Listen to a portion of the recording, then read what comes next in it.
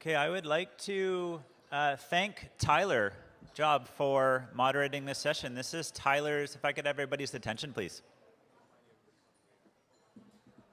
If you need to get out and get a snack, that's fine, but if you're in here, would love attention for these next awesome speakers. So Tyler is from Kiniseo First Nation, and this is his first time moderating this session. I am so thankful for people stepping up and trying these new roles and new experiences. So thank you, Tyler.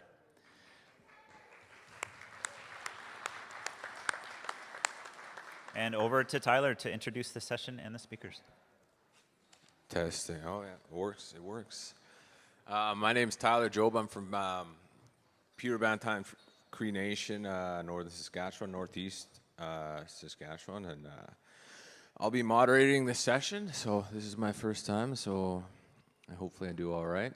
And we'll be going through these projects with these 4 amazing people. So we'll get started here right away. And we got Mihskakwan James Harper, so I got that right on. And I got Shivani Chotalia, yeah. And then Grant Sullivan and Jamie Capot-Blanc. Hopefully I got that correct. So yeah. And they'll be presenting their projects, RV microgrid. So James and Shivani will be doing that. And then we'll move on to Grant Sullivan. He'll be discussing his 3 projects he's done. And then Jamie will be discussing the geothermal work he's been doing. So yeah. So we'll get started with NRStor. Yeah.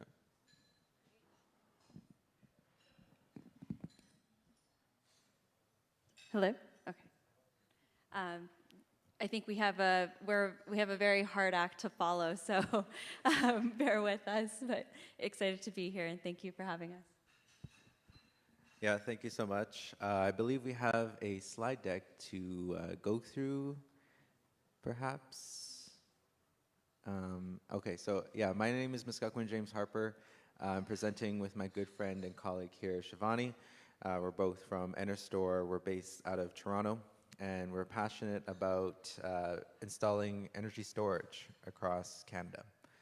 My role, business development manager, basically trying to find the opportunities wherever we can work with partners to establish basically the next generation of clean energy infrastructure to help us get to that net zero.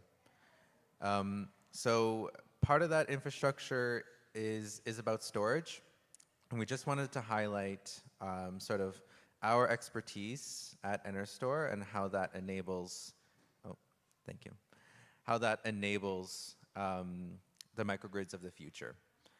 So I will be talking to you a little bit more about the storage in general and how storage enables that.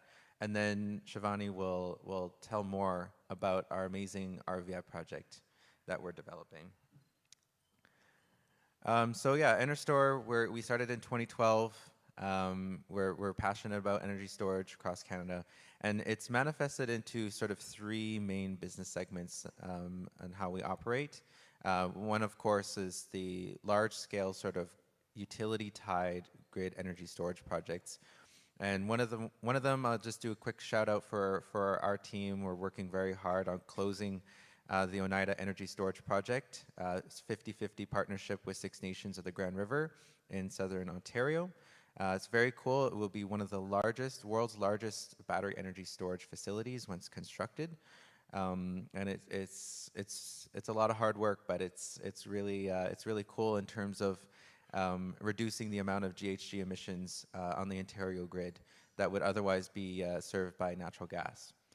So that's one of the things that we're doing. Another piece is our distributed energy storage business called Empower, installing the Tesla Powerwall systems in homes across Canada.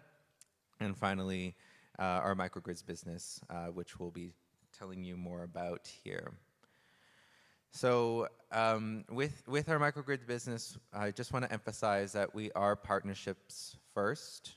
We do our very best as an organization to meet our community partners wherever they are and however they feel comfortable on establishing what that partnership really looks like for them. And so Shivani will tell us more about the one in Arviat, where it is a 50-50 joint development effort with the hamlet. But there's so many other sort of ways that we can partner with communities on developing clean microgrids. Yeah. So, and what we're also trying to do is make sure that the technology is the best fit for the community. So we're really about like commercially viable projects. So we don't ever want to place communities in a position where the technology is otherwise unproven or limited in its commercial operation. We tried our very best to work with our technology providers on figuring out what the best solution will be. So energy storage. It's amazing. I'm a big fan of it. I guess this is why I'm here. I think the classic case that people think about energy storage is when we think about variable renewable energy resources like solar and wind. We love them so much, but you know they have their challenges on balancing the grid. As you know, the wind doesn't always blow and the sun doesn't always shine. So what do we do when the demand is there but we don't have those resources? On the flip side, when we have too much of those resources and not enough demand, what do we do, right? So this is the perfect place where energy storage fits, and I'm pretty sure it's a pretty easy enough concept to grasp in terms of, you know, you take the extra energy when it's produced and you give it back when it's needed. And this is one of the biggest factors on trying to get the renewable energy penetration to a higher level in remote communities. Without having storage integrated as well. So what we do at NRStor is providing storage. It provides many other services other than just integrating renewables. In particular, actually, for microgrids, very small sort of grid installations are very sensitive to disturbances. For example, if there's a great demand surge, for example, everybody's turning on their stoves and their ovens and it was otherwise unpredicted. This can have a bit of some grid instability issues. With a lot of energy storage technologies, they can respond very, very quickly within milliseconds on balancing the needs of the grid. So we're creating a lot of reliability and resilience with storage in addition to integrating more clean energy. This chart is if we ever have a Zoom call with you, chances are you'll see this chart everywhere. This is, you know, a pivotal piece of our business because it illustrates that not only is there value in the clean energy integration, in the grid stabilization pieces, but all of those pieces that you see around the circle are services that energy storage can provide. For example, if there are transmission congestion happening in a particular area, if by installing storage we can actually defer the need to install more transmission capacity in that area. And that's just another value add. All the way down to the distributed side, where having home batteries can provide, you know, the basic needs of backup for homes, you know, when the time is needed for that. So basically, there are tons of value there for energy storage, and so our big mission is trying to capture that and make sure that it's well integrated into the clean microgrids of the future. And we at NRStor are also no stranger to new technologies. We installed the first commercially operational mechanical flywheel facility, Minto, still up and running. It's a pretty cool project, and because of the nature of the technology, it responds to very, very quick changes in the grid, providing grid stabilization services for the Ontario grid. We also have a battery energy storage facility, Strathroy, and we also were heavily involved in progressing the fuel-free compressed air energy storage project with HydroStor in Goderich. So we at NRStor, despite our small team and starting relatively not too long ago, we're very committed on pushing forward this mission on energy storage across Canada, and more importantly, how energy storage is very necessary and fundamental in creating clean microgrids of the future. So lastly, I think I'm preaching to the choir here on the the values of clean microgrids. This is sort of a preview of some of the materials that we're working with ICE with, by the way, on creating more resources out there to really establish why clean microgrids are so great and how to actually develop them at a community level. So with that being said, I'll pass it over to Shivani, who will tell us more about RVAT. Thank you, James. So I think James did a great job there of highlighting what energy storage is and how it works and what it can do. So I'm going to get into some of the specifics of the project in the hamlet of RVAT, which is a partnership with the hamlet directly.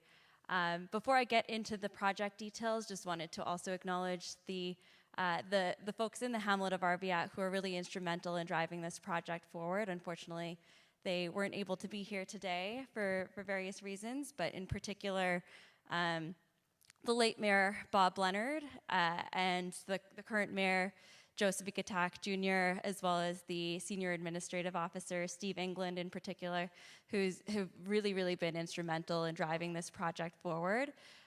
Their leadership, we started this journey with them in about 2016 or 17. So it's been a number of years that we've been working together to come up with the best project that suits their needs. RVAT is located in Nunavut, so it's on the Hudson's Bay. It's sort of the southmost community on the mainland of Nunavut. But as across Nunavut, every community is, as many of you know, every community is not connected to the broader energy grid.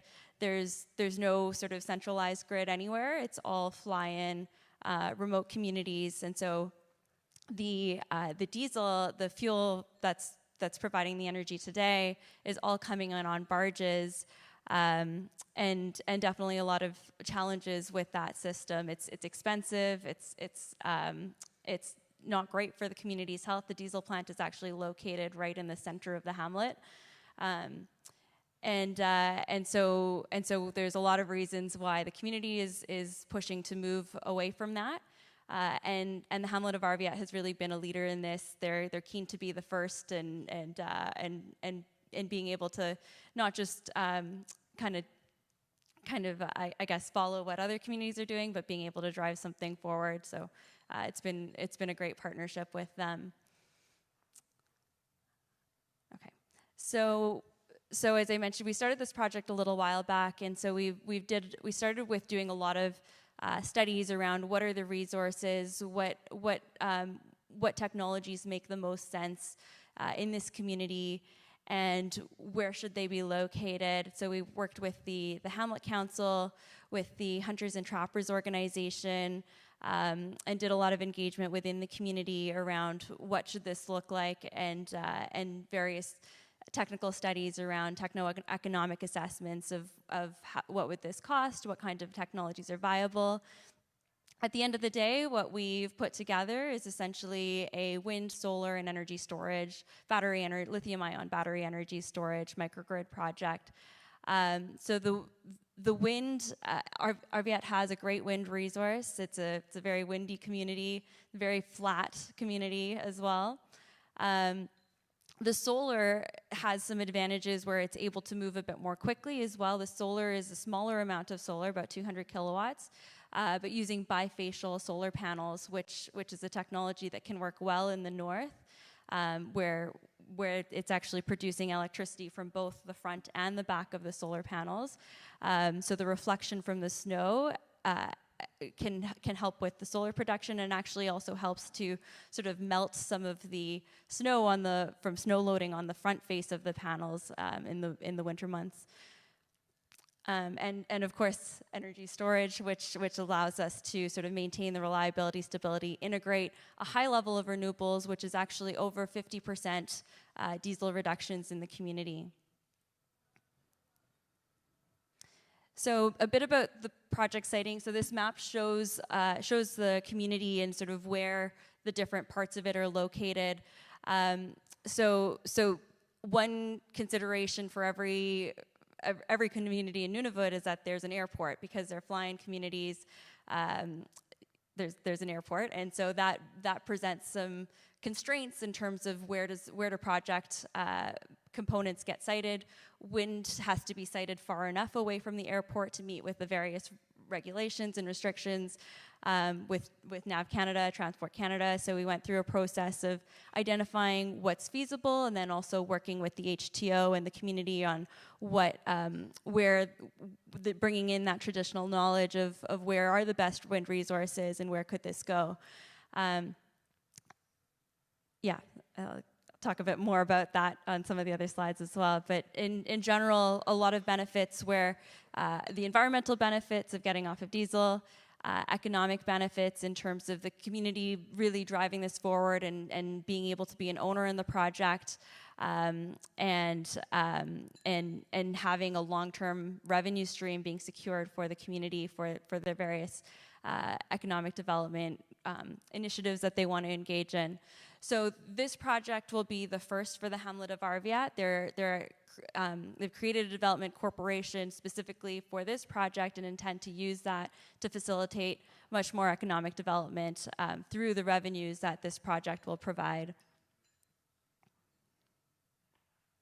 So I wanted to talk a little bit about some of the challenges. It's been a long road that we've been working together with the hamlet to develop this, and there's also a number of learnings that we have and roadblocks that we've gone through together on getting this project to fruition. One of the biggest challenges is a regulatory sort of policy frameworks that are still there in the territory of Nunavut. So Nunavut, when we first started working on this project, actually had legislation that didn't allow for any independent power producers to exist in the territory. So there was a big advocacy push to change that legislation, which did get changed in, I think, 2018, to allow for IPPs to exist. However, the next step there is that the utility Killick Energy Corporation is bringing into place an independent power producer policy, which will then enable these types of projects to move through that.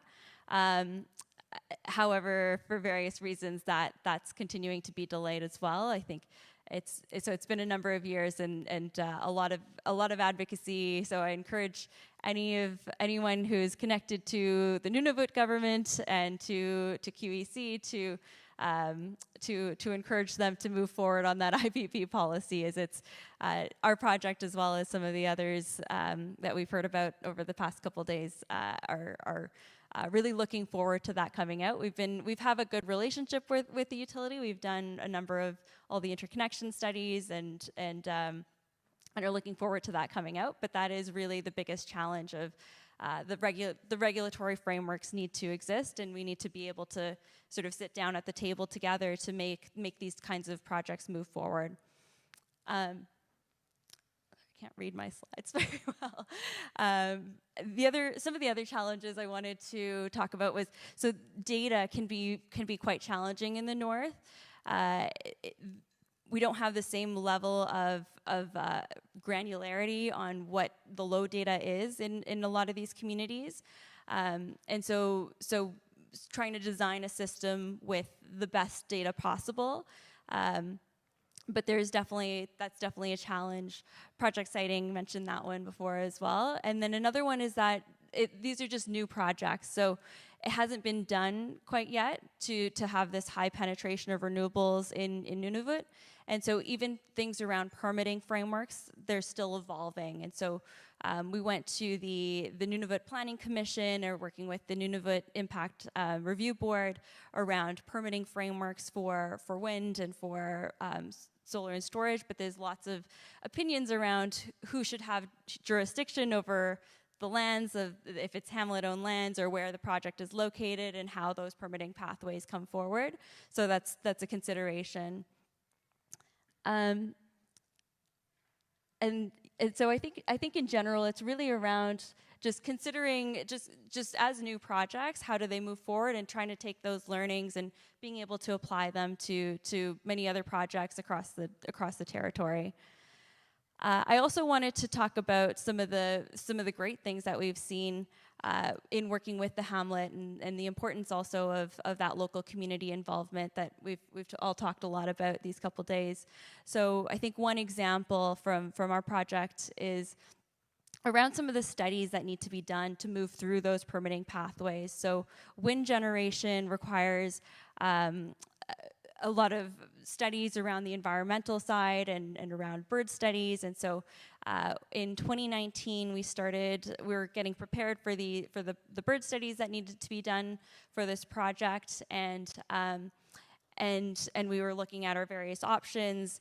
A traditional method might be to get sort of a biologist consultants to come out and do those studies and put a report together and present some recommendations. Instead, what we did was we worked with the Hamlets, the Hunters and Trappers organization, the HTO, and the Hamlet of Arviat. Thank you. To do those studies, because so again, bringing in that traditional knowledge from the community, those community members know the birds in the area very, very well. They know the animals that go around the site where the wind is located. And so we're then in March of 2020, the pandemic happened, and it actually worked out quite well that we had already planned for the HTO to conduct those surveys rather than bringing someone in, as that wouldn't have been possible. So it made the project more resilient in that things were able to move forward. They were able to move forward with those studies through those pandemic years without having to be reliant on people coming from elsewhere. So in general, I think there's a couple of sort of key ingredients that we see in making these types of projects successful. The local involvement and community leadership in moving this forward is absolutely essential. Also, just understanding of the project development process and being able to have partners that can sort of, I guess, understand the technical aspects and be able to bring things together. We've worked with some amazing groups, including Michael Ross from Yukon College here, and a number of other engineering firms and various groups that have fed into this project. And then collaboration with a collaborative utility with processes, and being able to kind of come to the table to move past some of those roadblocks is also very important. And so that's all for the Arviat project today. Matna is the dialect of Inuktitut spoken in Arviat. That's how you say thank you there. And thank you for having us.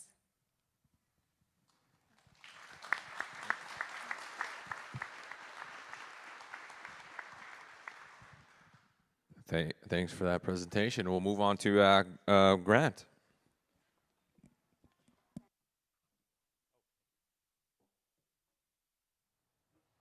Hey, Dave, can you swing that around for me? Oh, sorry, man.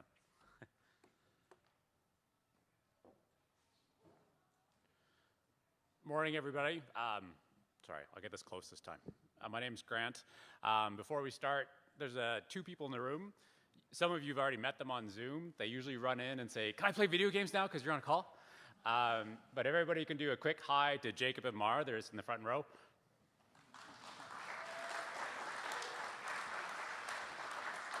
And so since my kids are here, and given the topic we're talking about, I'm actually going to read a kid's book. It's a bit of a change, but I think it's worthwhile. It's called What You Do With an Idea. The kids have heard this a lot. This is my favorite book to read to them.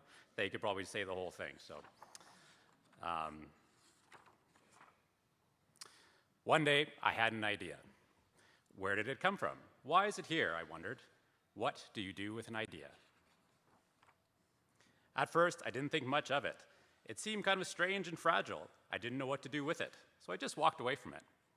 I acted like it didn't belong to me. But it followed me.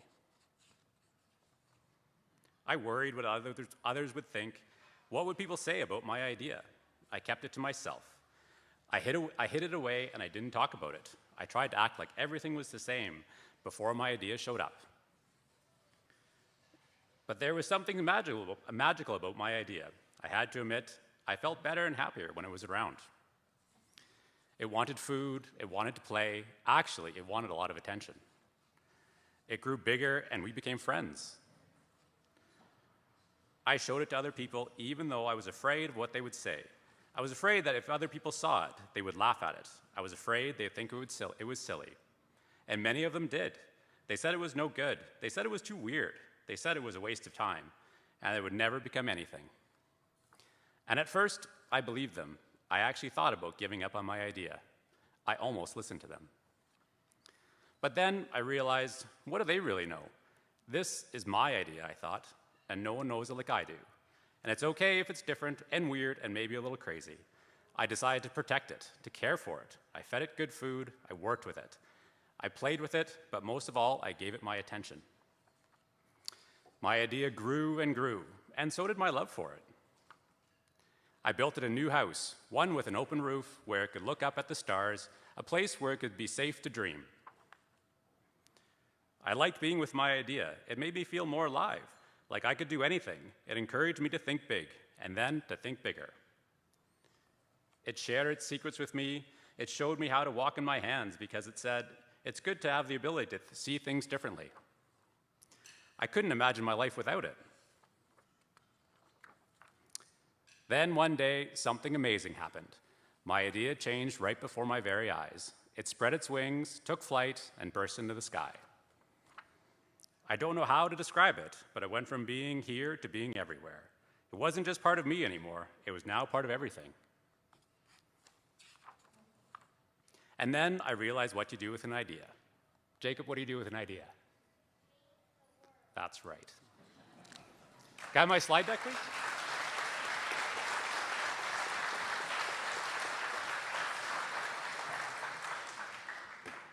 So, my name is Grant. I'm the president of Nihtat Energy. You guys heard this yesterday. I'm really excited to give this presentation because it's about the ideas that we're trying to develop in the future. Who are the Nihtat Gwich'in? So this is the Gwich'in-Sullivan area there, and you can see Inuvik is in the top right-hand corner of the Mackenzie Delta. We have Aklavik, Fort McPherson, and Sigachik, all within the Gwich'in-Sullivan area. Nihtat Energy, we're a 100% Indigenous-owned business. We're a subsidiary of the Nihtat Corporation, but we're focused on developing clean, renewable energy projects in the Beaufort Delta. The Nihtat Gwich'in Corporation is owned by the Nihtat Gwich'in Council, which is the council representative of Inuvik, and they're located in Inuvik, Northwest Territories. A bit of Beaufort Delta context. The pie chart on the left-hand side, is heating, fuel, utility, and transportation. It's basically a third, a third, a third, and I think this is probably pretty similar to most communities in the Northwest Territories. The chart on the graph just shows you, those are all the Beaufort Delta communities, and you can see clearly that Inuvik and Tuk, like they're the big consumers of, big producers of greenhouse gas emissions in the Beaufort Delta. A little about NEL. We were formed, Mike and I chatted about this yesterday a little bit in the presentation, how NEL was developed, basically to kind of figure out to take on the challenges and solve these problems of how we actually do this. And what were the core planning objectives. So we came up with facilitate and development renewables as the #1 priority for us, enhance Indigenous participation, ensure a meaningful role in climate change at the community level. So these are the projects we've done to date. So the top ones are projects that are now fully operational. So we have the North Mart Inuvik storage, 165 kilowatts. It's about 165 kilowatts per year of greenhouse gas emissions. So that's been in operation. That's a behind-the-meter project located in Inuvik. The Inuvik solar residential program, that was 30 homes. So the total kilowatts installed is about 214, about 154 tons per year of greenhouse gas emission reductions. The Mackenzie Hotel, which is also in Inuvik, that's a 99 kilowatt system at about 76 kilowatts per year. 76 tons of greenhouse gas emissions per year. And then the ISF project, which is actually the Canadian Space Agency. So I figure I should be able to put on my business card that I'm an astronaut. I don't know if that's true, but I'm going to put it on there anyway. And then the bottom row of projects there are the projects we have on the works right now. So Aklavik is fully constructed. We're just tying that system in now. Iqaluit, same thing. It's fully constructed. And Aklavik is 150 kilowatts, which is an IPP with the utility. And then Iqaluit, the NRStor, is another behind-the-meter project at 300 kilowatts. And then, of course, we talked about yesterday the Inuvik 1 megawatt project, which is planned for construction this year. So NEL installed and planned solar, 2019, 379 kilowatts, and then COVID really slowed us down. I was really happy we were actually able to get those projects up and running those years, though. And a lot of that is because of the local talent we had in Inuvik. So in 99 and 60 kilowatts, for 2021, that's pretty good. 22, 23, another 1,400 with a total plan of, I really should have thought about this before and found the extra 12 kilowatts for somewhere to install, just to say, 2,000 kilowatts. But poor planning, I know. So yeah, that's the track record so far. And I wanted to show this slide because, and if you think back to the third, all these are in the electrical generation side of things. So that's where our focus has been so far. But where I want to go now is how do we address those other 2/3? We've really got the solar stuff dialed in, and on the electrical side, we're pretty good at it. But how do we address the other areas? Because they're just as important, if not more important. Which brings me to the Inuvik Wind Hydrogen Project. So I told you yesterday a little bit, the Nihtat were involved with the High Point project. We really cut our teeth on that project, figuring out what goes into a wind project and everything else. And in 2020 and 21, we did a study called the High Penetration Renewable Studies. That was basically a study to see how far we could test the limits. How far could we push this? Through that actual study, that's how the 1 megawatt solar project came about. Also in that study, we looked at the possibility or the feasibility of putting a second wind turbine in Inuvik. And in that, because we worked on the Inuvik wind project, we have a really good understanding of the grid system there and what's possible. It became like, yeah, that could work. But we also, in that study, we identified a whole bunch of excess of electricity, which is a really unique opportunity to be in. 2021, we started thinking about, okay, we have this excess electricity, I just can't let it go. I need to do something with it. Like the wind project on its own makes a lot of sense for Inuvik. It's a good, solid project. And we went down all the different rabbit holes of what we could possibly do with it, and hydrogen kind of came to the top. So we actually did a hydrogen feasibility study, a little bit about the very initial concept level of how much energy do we have, what's the rough sizing of the unit we have, and what can we do with the hydrogen. The plans moving forward, we now have a project proposal in to do a full feasibility study of the wind hydrogen project. So hopefully we hear some good news on that soon. And just to give you a bit of idea, those who've been to Inuvik, the alternative wind site is quite close to Inuvik, and so it's well situated because it's close to Inuvik, construction costs are high, and it's close to the Mackenzie River, which would be the planned water source. A little bit more detail. In the study, the high penetration study, we went through and looked at how much excess we would have and the different combinations. So we did the solar first because we have the 1 megawatt solar project. How much excess we get from that? Obviously, the white bar is not very much. And then a wind turbine without a battery system, looked at that. And then we looked at a wind turbine with a battery system, and then finally the wind turbine solar with battery. So you can see there is significant excess in there. And just to make clear, this is the data we're collecting, or the modeling we've done, is with High Point, the GNWT and NT Energy wind turbine in operation. This is not an either or. This is in collaboration and building upon. Yeah, so like I said before, the site is only about 3 kilometers north of Inuvik. The wind turbine, we were looking at doing the exact same wind turbine that NT Energy and the GNWT were looking at installing. Unfortunately, they don't make it anymore, so ours will be a 4.2 megawatt wind turbine. I can never say this word, so I'm going to say hydrogen plant. I can never say it I'm not even going to try.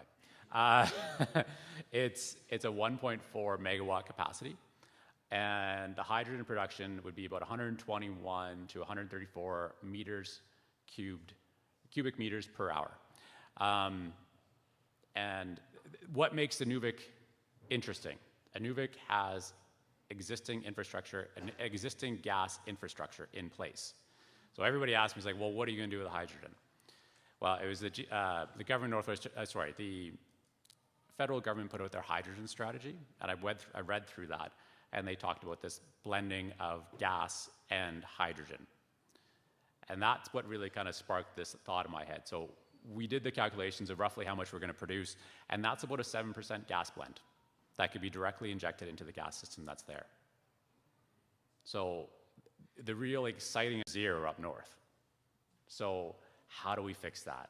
I mean, 2030 is coming super fast, and I mean, every single person, like growing up in high school, growing up in Inuvik in high school, everybody wanted a Ford F-150. We all did, with a snow machine in the back. But so that's going to change. And you know, how do we get these cars up here and actually make it work for the people in the north? Like, I know there's a big push on the EV in the south, and you can see it's easy to drive an EV in Vancouver, but driving an EV to Inuvik is something totally different.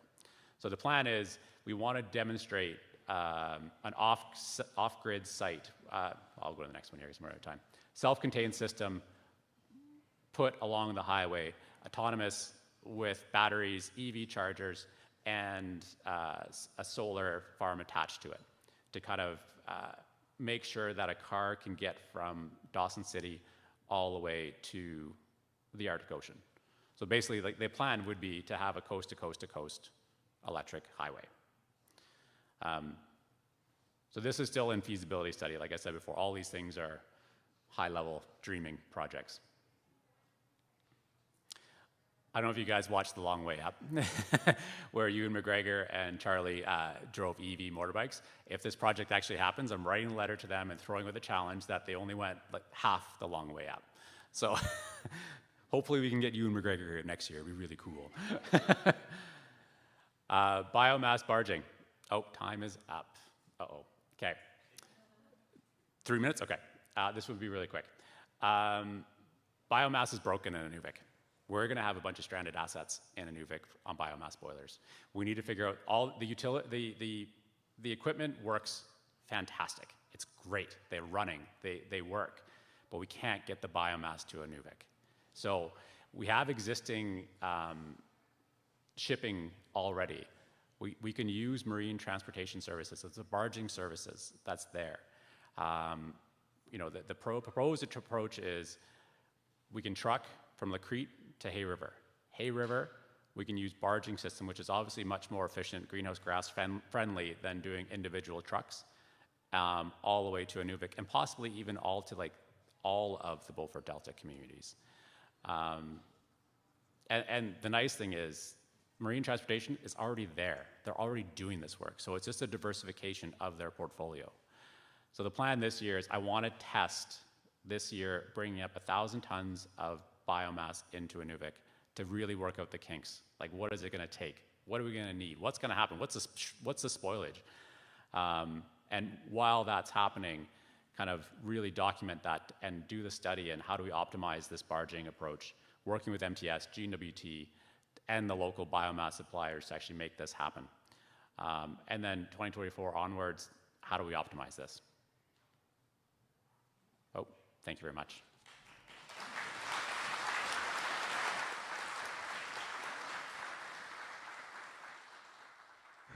All righty, we'll move on to Jamie here. Thanks for that, Grant.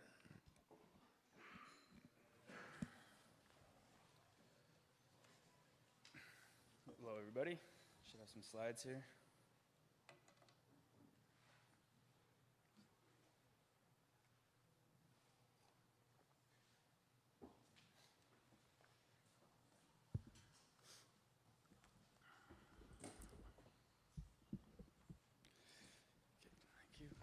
Hello, my name is Jamie Capot-Blanc. I'm from Fort Nelson First Nation. I'm born and raised there. I moved away when I was 17, went and did a university degree, and then I worked in the oil and gas industry for 10 plus years. I recently came back home to start working on this project I'm going to talk about today with you guys.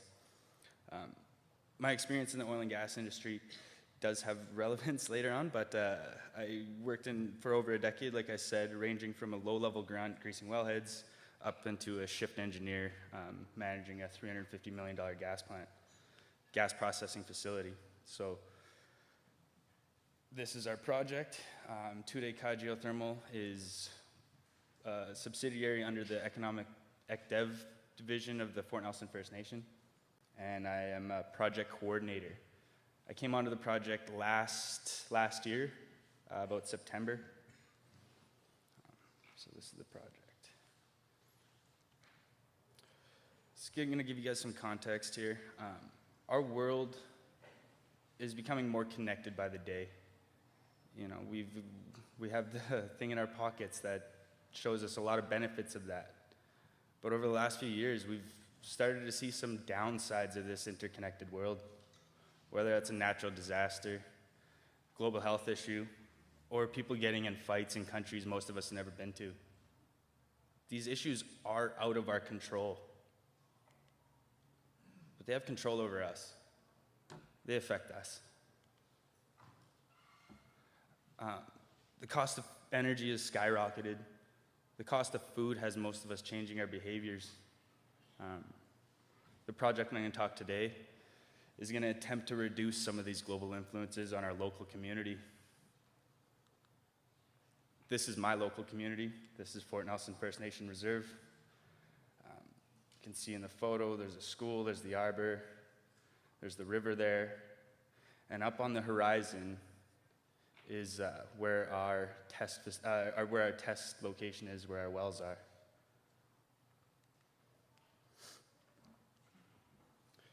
Fort Nelson's located in the northeast corner of BC.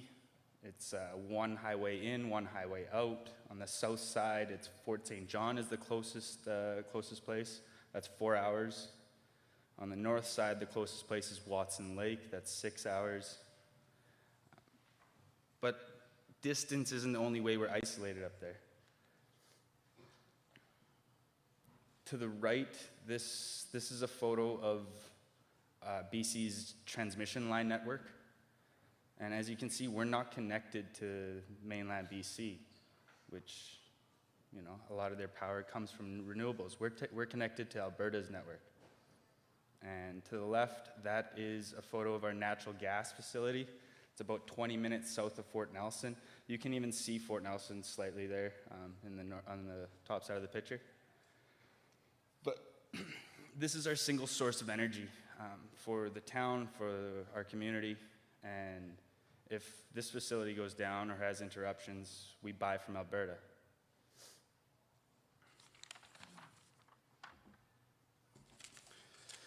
So, just go back again. This facility produces power to supply our community. It's about 7 megawatts for residential usage and about 20 megawatts for industrial, if you add industrial into that as well. So these are 3 geothermal plants that exist in the world, the first being in Germany. They're producing 5.6 megawatts with 120 degrees operating temperature. The middle one is a plant in New Zealand, producing 82 megawatts at 193 degrees operating temperature. And then the last one is in Nevada, USA, producing 45 megawatts at 164 degrees. We can do this. We can. And how? This is a temperature at depth and distribution of potential geothermal target formations. It's a mouthful, but essentially this study took 26,000 wells and gathered data from these wells and indicated that the northeast corner of BC has the highest potential for geothermal activity. And if you see that little black square there in BC, they saw temperatures up to 180 degrees at 4.5 kilometers depth. And if we zoom into that little black square, this is our Fort Nelson general area. This is a oil and gas reservoir. The kind of oblong shape you see there, that's the Clark Lake Reservoir. It's a rock's throw from our community. Those dots, those are all oil and gas wells. The red ones are abandoned, the green ones are completed, and the yellow ones are currently producing. All of the oil and gas companies that were producing in this area, they've left. It's just one of the industries that's left Fort Nelson. And they left because they weren't getting enough gas. They were getting too much liquids. They can't make money with liquids. We can.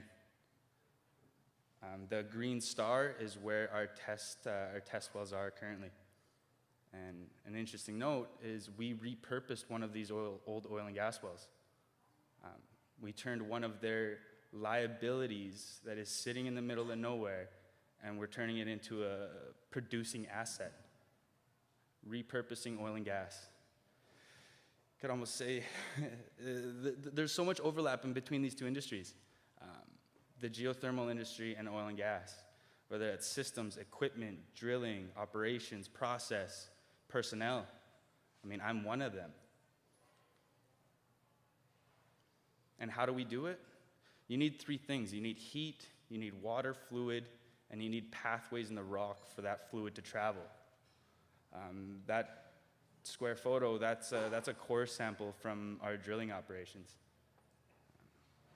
Doesn't look like a whole lot there, but that allows a lot of fluid to be traveling. And that to the right, that's a very simple design, but the system is simple in nature. So this is the project. This is a binary cycle power plant. There's a production well, so essentially hot fluids coming from the ground. We're gonna pump it to surface. It'll run through a heat exchanger, transfer that heat into a working fluid. Working fluid in the works right now is gonna be isobutane. It'll flash off to steam at 80 degrees. That steam, that super high heated steam, that expansion process will spin the turbine, creates electricity, just like many of these other projects. And then it turns back into liquid and it starts the cycle again. But that water from the ground, after it leaves the heat exchanger, we pump it right back into the ground. There's no losses there. We're just extracting some of the heat from the earth. And where we are in the project, this is our timeline of our project development. Phase 2 is to see if we have our resources, to try to figure out if there is something there. Phase 3 is to prove that there is a resource there. That's our well testing. That's to prove that we can pump it in and out of the ground and what temperatures we're seeing. We saw temperatures from 112 to 130 at 2.5 kilometers depth. So they saw 180 at 4.5. We're seeing 130 at 2.5. Just a little note there. The next phase is going to be office-based work. This is getting the commercial financing, the permitting, figuring out what type of business model we are going to pursue. Phase 5 is going to be the well field drilling, development. That's a whole thing in itself. And then phase 6 is going to be plant construction and commissioning. And then commercial operation date, as of now, is January 2026. This is a very long project. I mean, 7 years in development. And this is our drilling operations, August 2021 last year. Can't really see, you might be able to see there, but that's Fort Nelson on the horizon, just at the top of the photo. And if any of you have ever seen an oil and gas drilling operation, it's identical. It's the same equipment, same stuff, same people.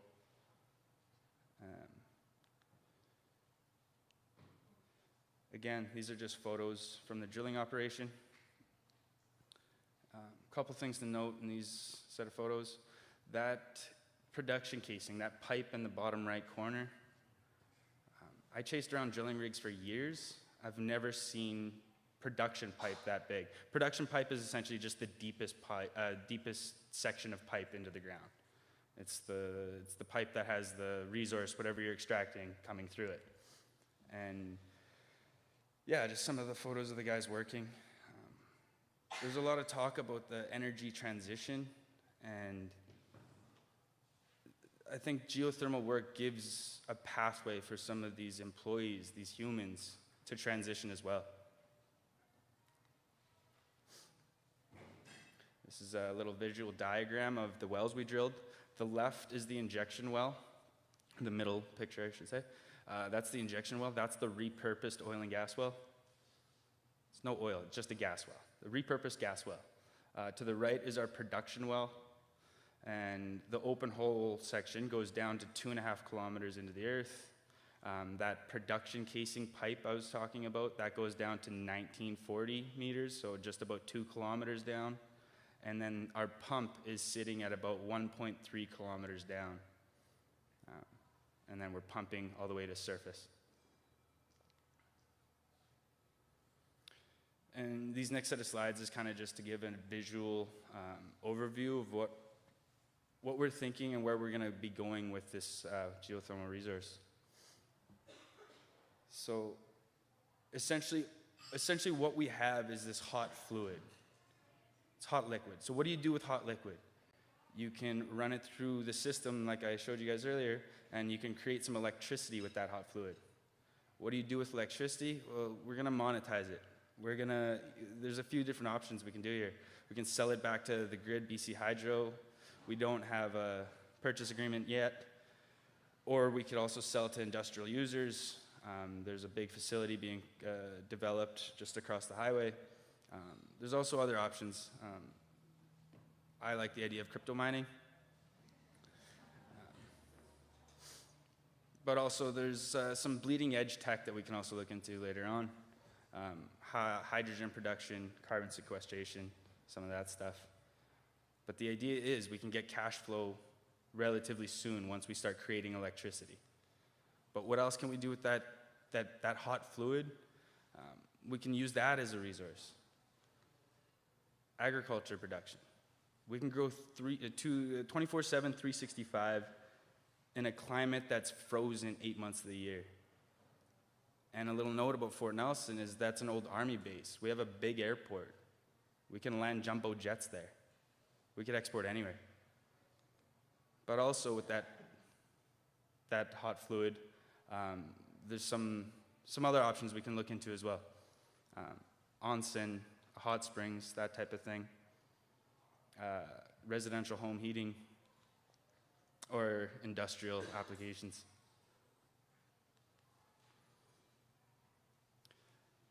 I really like this photo. This was just after the blessing ceremony, after the wells were drilled. Shows our community, shows our board of directors, shows our council members, our chief, but it also shows our many partners that are involved in this project. This project has been complicated. It's quite the process, and there's been unexpected turns, which required unpredicted cash inflows into the project. And if we didn't have such support from our major funder, NRCan, this project could have been put on hold at a couple different times. And it was successful. We did get to this point because of that financial flexibility from our funders. And this project is 100% First Nations owned, and it will stay that way. Thank you, everybody.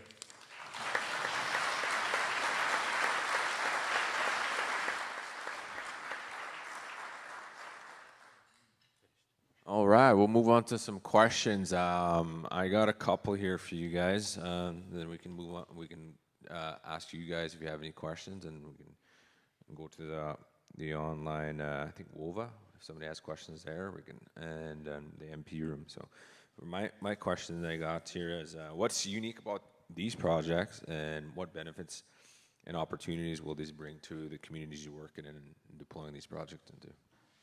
So we'll start with you guys, and then we'll move on to right to left, or left to right, or yeah.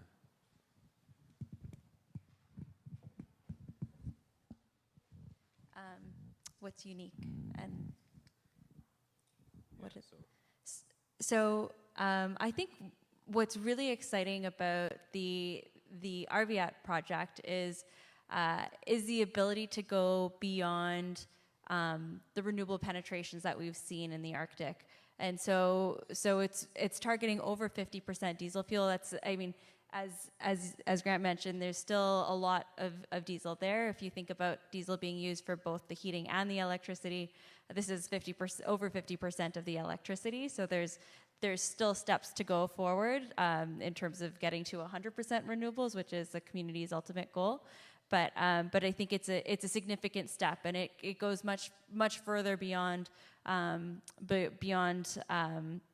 some of the behind the meter projects that we've seen. And so we're excited. The community's really excited to take that kind of a bigger step. Yeah.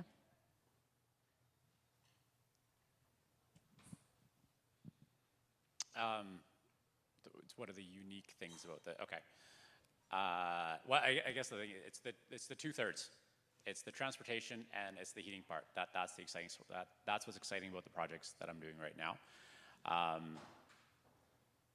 On the transportation side of things, about the Dempster Highway, to me that project is an equity issue. Like I said before, driving an EV in Vancouver is easy. Driving an EV in the north, we're going to get left behind. Like that's, people are asking me like, wow, does this really make sense? Like you're putting EVs up in a Nuvik, batteries, cold, all that kind of stuff. But this is happening. And why can't we develop these things that work for us? What's the problem with that? I think that's a huge thing. It's about building projects that actually work in the north. So yeah, I think that's a really unique opportunity on the transportation side. And the barging side, what's unique about that is it's taking it to the next level. Like all these projects, like in the slide I showed, they were all pretty small. They're small little projects that are built up, and like we're taking it to that next level now, where we're going past the safe spot. We're getting into the area where we're challenging big heating issues, big electrical issues, big transportation issues. So that to me is what makes these projects unique. And yeah, they're innovative ways to solve these problems.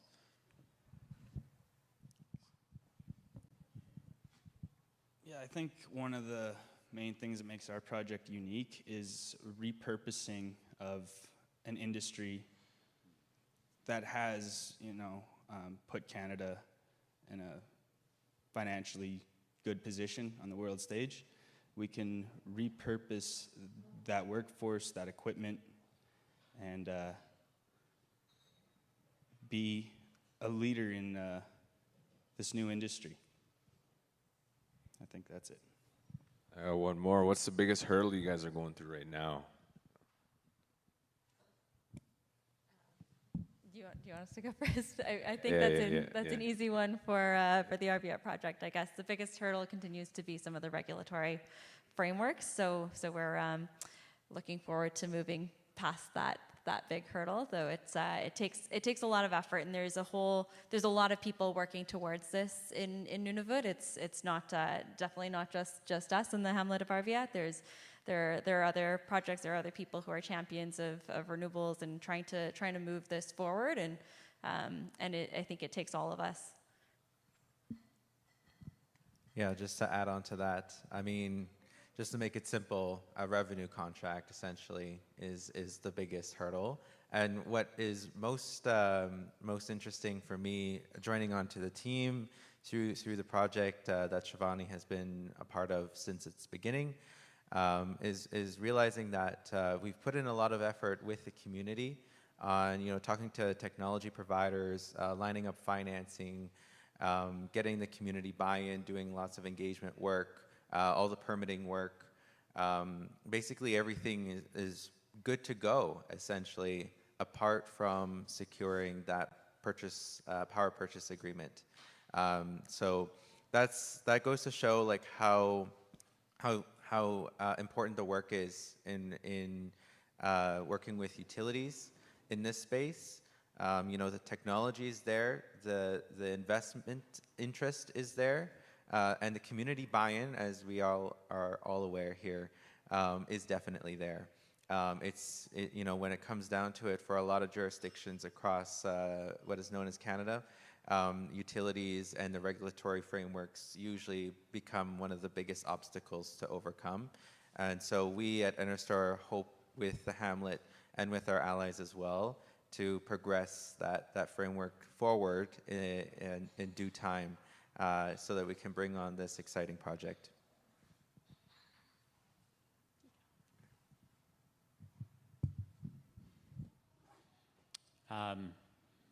I guess for the biggest challenge for the wind hydrogen project, it's definitely pushing one of the challenges, right? Mm-hmm. Yeah, it's definitely pushing the boundaries past that normal point. We're talking making Inuvik basically the renewable energy hub in northern Canada, and it's above the Arctic Circle. So yeah, it's above the Arctic Circle. It's really cold. There's lots of challenges, limited supply of things. It's really far. So there's lots of challenges there, but I kind of like that. That's what makes it the most fun things to do, because, this morning before this conference, I was on a call with 8 Hatch engineers and my engineer from Wood, and I got to do that first thing in the morning, talk about SCADA data. So it's a great spot to be, and it's a great field to be in, and I'm pretty lucky to be able to do these great things, so yeah. Yeah, I think our biggest challenge is capacity building. Like I mentioned, there's a lot of people who do oil and gas development, drilling holes in the ground. And from that map I showed you, our area was developed. There was a lot of money and a lot of manpower that flowed through our area. None of it stayed. None of that expertise stayed. They flew people in. They flew people in to work, to be the experts, to go do all this stuff that was in our backyard, and then they left and they took all the money and expertise with them. I think the main thing we want to focus on with this project is develop our capacity to do these big projects, because we can do it. It's just, there's definitely some hurdles to develop that. All right, thanks for answering those questions. And do we have any questions in here? You have the floor. Yeah, we got one coming up, 2.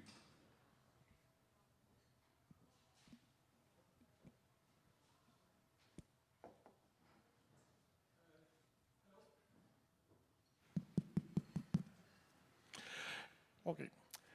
It's a question for Grant. It is you're talking about sending the hydrogen into natural gas pipeline, but how are the network of natural gas pipeline in Inuvik?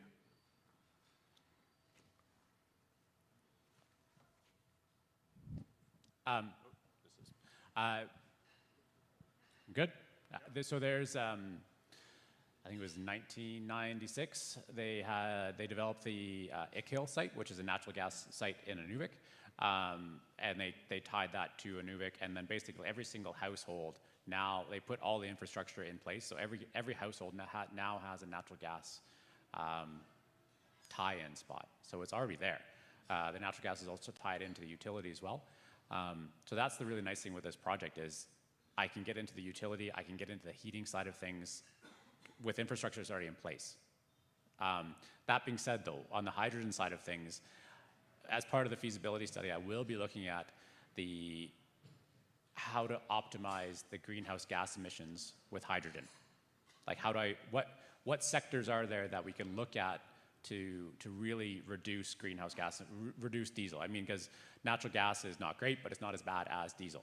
So we will do a bit of a comparison there, and also taking the analysis to the extreme, saying, what if the wind turbine just produced hydrogen? What if we didn't put anything into the grid? And start playing with those extremes to see what we can do.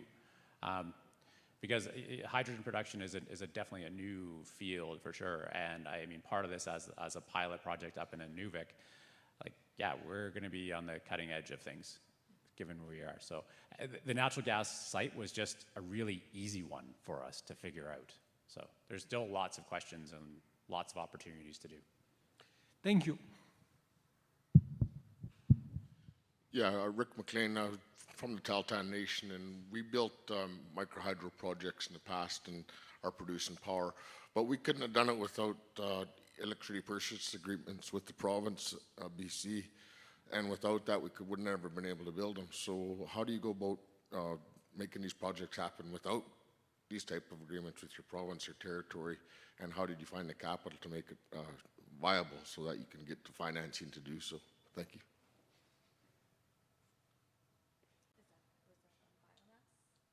Was that on biomass or for heating? Okay. So absolutely, that's an essential component of the projects, is that you need to have that revenue stream, and so to be frank, that is what's holding back these projects from happening in Nunavut today.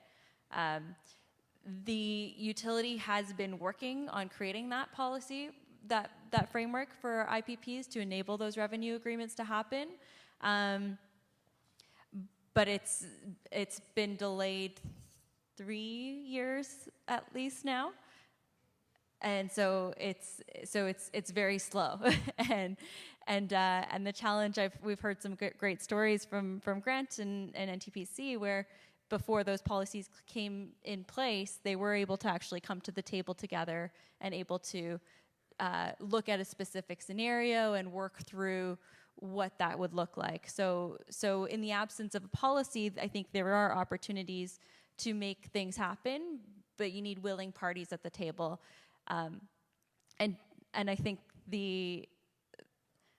I don't know, not to belabor the point too much, but I think the lack of a presence from the utility here at this conference this week is also something we can all see and hear.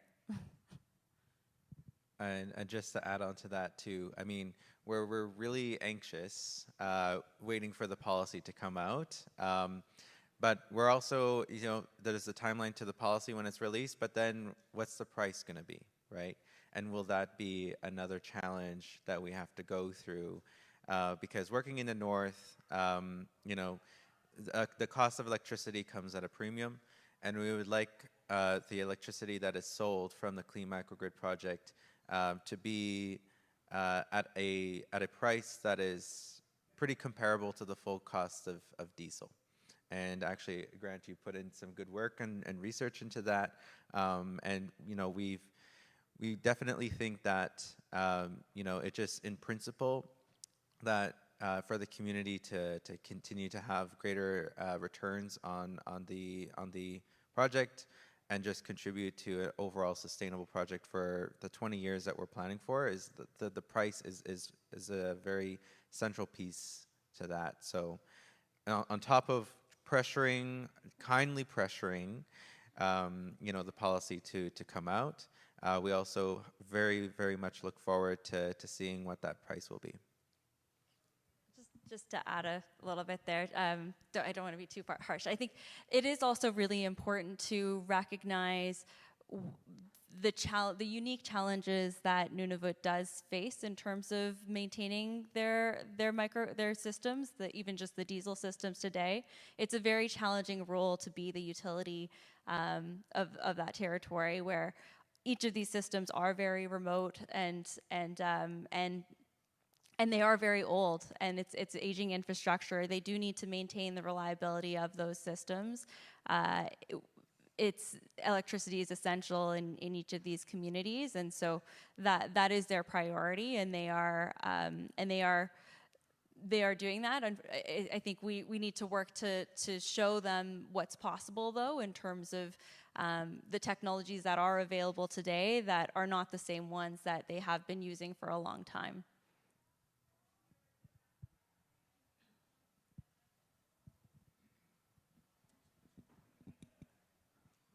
All right. Any more? We got one more question in here, and then we can move on to the MP room. Thanks. This is a question for Shivani and James. First of all, thank you, Kayarnamik, for your presentation. My name's Ambi. I'm a southerner living in Igloolik, Nunavut. In Igloolik, we have a solar rooftop system on our hamlet office, but it doesn't work. It hasn't worked in years. We don't have an electrician to fix basic things in our houses, let alone the solar system. So I'm just wondering if this is a concern in Arviat as well, and is there a plan for local skills and capacity building to make sure that this benefits Arviat for years and years into the future? Thanks.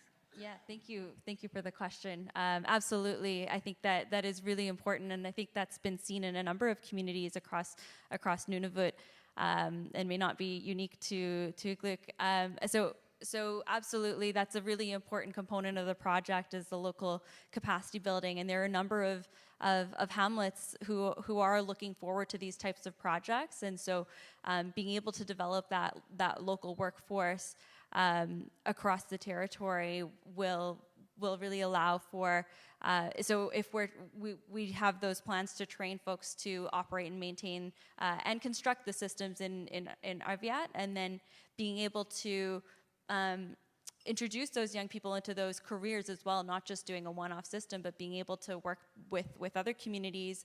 The more local capacity in terms of operations and maintenance, and in terms of even construction of these systems, I think the better, and we're definitely looking forward to that, and looking at, we've got plans around that for this project in particular, but I think it'll be a lot of collaboration to come with the many projects that will be coming. And do we have any questions in the MP room?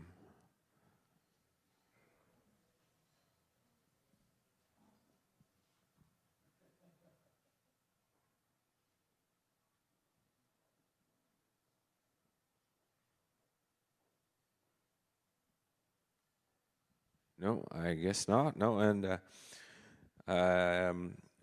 well, thanks for you guys' presentation. It was really good, and we got something on WOVA. Let's do, I guess, I'll just pick one here. Do you plan to connect to the BC or Alberta grid?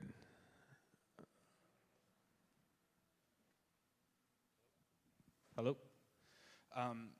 Yeah, so there's no plan, as I'm aware of, to connect to the BC grid. The distance is so great, and we're already connected to Alberta. I kind of see, if we're creating an abundance of energy, we could sell to Alberta. Their grid is far from green, and I'm sure there's companies and organizations who would love to buy that renewable power. Alrighty, we got. I would like to ask about how SMEs can get involved in microgrid projects for remote communities, for example, with NRStor.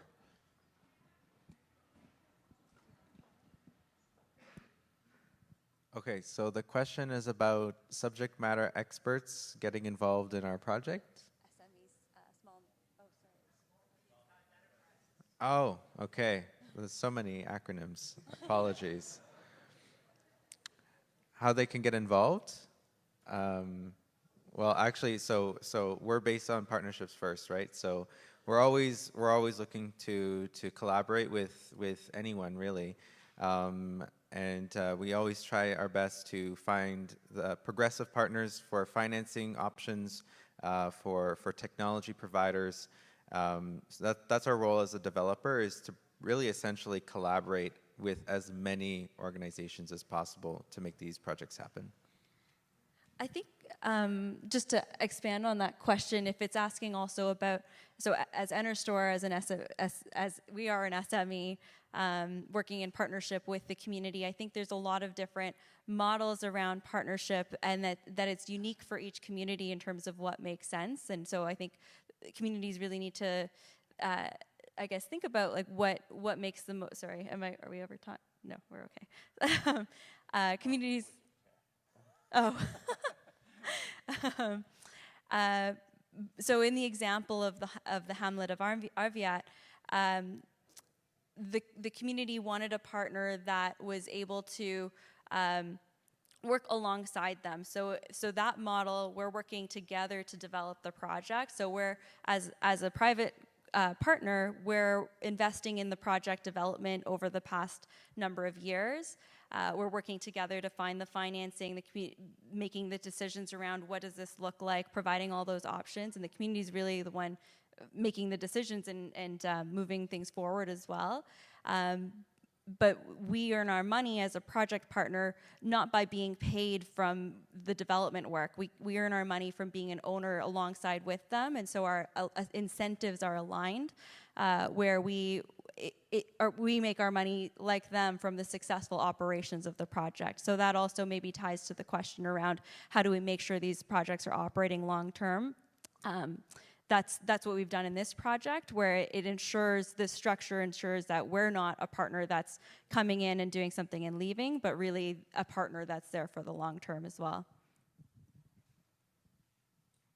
All right, well, that's all the time we got, and thanks for all your presentations and taking it easy on me. So, all right.